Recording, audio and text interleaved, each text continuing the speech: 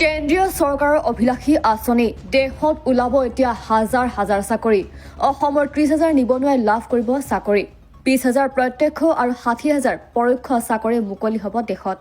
অসমৰ নিবনুৱাই লাভ কৰিব এতিয়া সুবৰ্ণ সুযোগ মোদী চৰকাৰে গ্ৰহণ কৰিছে 1.25 লাখ কোটি টকাৰ প্ৰকল্প গুজৰাট আৰু অসমত গ্ৰহণ কৰা হৈছে এই কোটি টকাৰ প্ৰকল্প অসমত স্থাপন হ'ব Tata semiconductor assembly and test private limited 27 কোটি টকাৰ ব্যয় সাপেক্ষে নিৰ্মাণ কৰা হ'ব এই প্ৰকল্প মৰিগাঁৱত স্থাপন হোৱা এই প্ৰকল্পত ওলাব 30,000 চাকৰি পুনৰবাৰ জনাইছো কেন্দ্ৰীয় চৰকাৰৰ অভিলাষী আঁচনি দেশত ওলাব এতিয়া হাজাৰ হাজাৰ চাকৰি অসমত 30,000 নিবনুৱাই লাভ কৰিব চাকৰি